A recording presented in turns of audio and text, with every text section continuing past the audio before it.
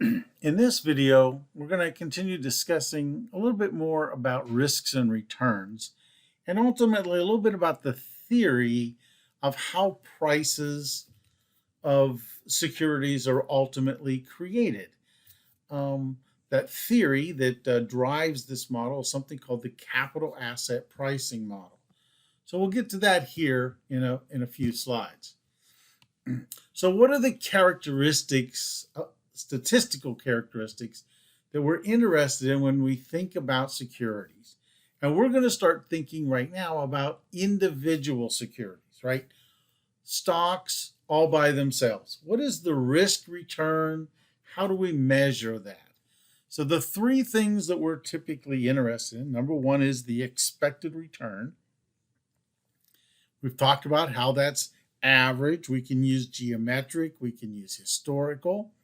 We've talked about standard deviation, which measures volatility, how things are spread out. And another statistic that we want to think about or talk about ultimately is something called correlation. How are these securities, how are they related to each other statistically? So let's first talk about an example. So we have a company that's currently trading for $100, and we predict that in the future, the price will change. So we predict the price is either going to go to $140, $110, or $80. And of course, that can convert into returns. Now, when you are doing the math for these things, and I'm not sure why this textbook did it this way, but this is actually backwards. The percentages should go with the returns, and the decimal should be part of probability. So this should be 40%, and this should be 0.25. Mathematically, it just makes it a little bit easier to follow as you go down the list. So now we have a stock. We have predicted what we think is going to happen to that stock, and we've incorporated some probabilities that this event, these prices will actually happen in the future. So how do we calculate? What do the statistics look like? The expected mean or the average return, it's a weighted average. If you look here, you take the probabilities, multiply it by the returns, and then when you've done that for all the different outcomes, you add those all together. So that's what provides us with something called the expected return. Now, the standard deviation is the square root of variance. So the variance itself, you take the probability of an event happening, and then you have a difference between the outcome and the average for the set of events.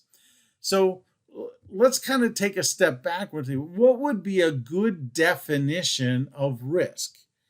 A good definition of risk is the chance that what you expect to happen doesn't happen. So let's think about this formula here. Probability incorporates chances, right? So there's our chance. What will happen are these R's, right? The actual returns. This is what we think is actually going to happen. But then there is an average. So if you take each event and find the difference and then square it, multiply it by the probability. So this is the probability that what you think is going to happen, the average, doesn't happen. The actual happens. Again, so once you do that, you sum those all up, and we end up with what's we call variance. Take the square root of that, gives us standard deviation. So in finance, the standard deviation is also referred to as volatility, right?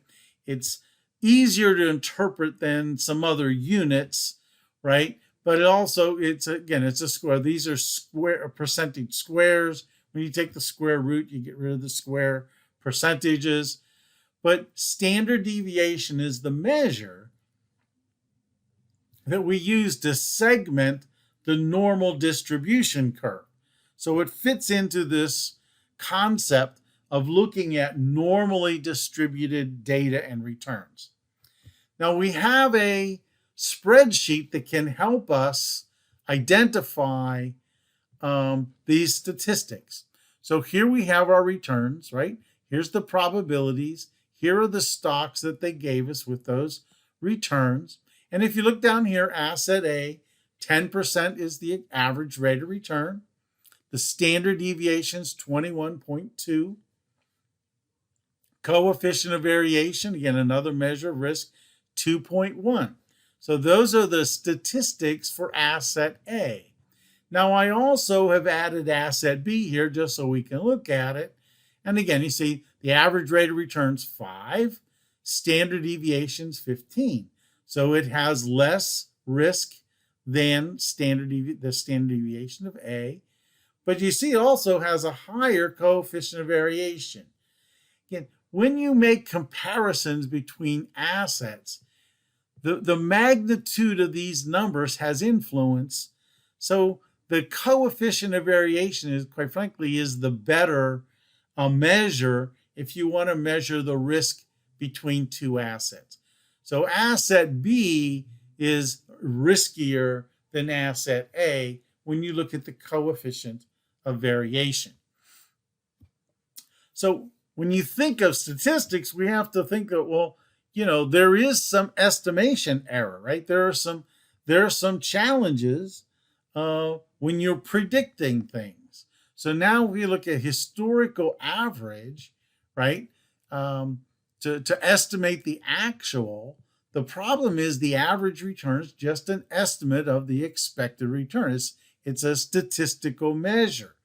So there is a degree of estimation error. And the way we calculate this is you take the standard deviation of the individual risk and you divide that by the square root of the number of observations. So this gives us our standard error. We can incorporate this into our what we refer to as a confidence interval. So we can analyze and understand with respect to the normal curve, what's the chances that these returns will actually happen in the future? So a 95% confidence interval, you take the historical average and it's plus or minus 2 times the standard error. So for the S&P 500, we have 12% is the average, plus or minus 2. And this is 19.8% divided by the square root of 92. So there is a 95% chance that the S&P 500 next year will be between 12% plus or minus 4.1. So it's going to be a range of somewhere from 7.9 to 16.1%. Again, a picture of risk. The wider this range, the greater the risk. Now we need to add a statistic to this, which is referred to as correlation. And I'm sure you've heard of this before, but correlation is just a statistical measure of how two things seem to act alike. So correlation comes from covariance, but correlation is the easier term to understand. And those two assets that I had before have a correlation of negative 0.94. Correlation can go anywhere from +1 down to -1. The lower the correlation, the greater the degree of risk that's possible, risk reduction that's possible when we ultimately create portfolios. So let's look through how we can create these portfolios and talk about them. So here we have stocks. Here's the rate of returns for stocks, along with their expected return, variance, standard deviation, and here's the rate of return on bonds.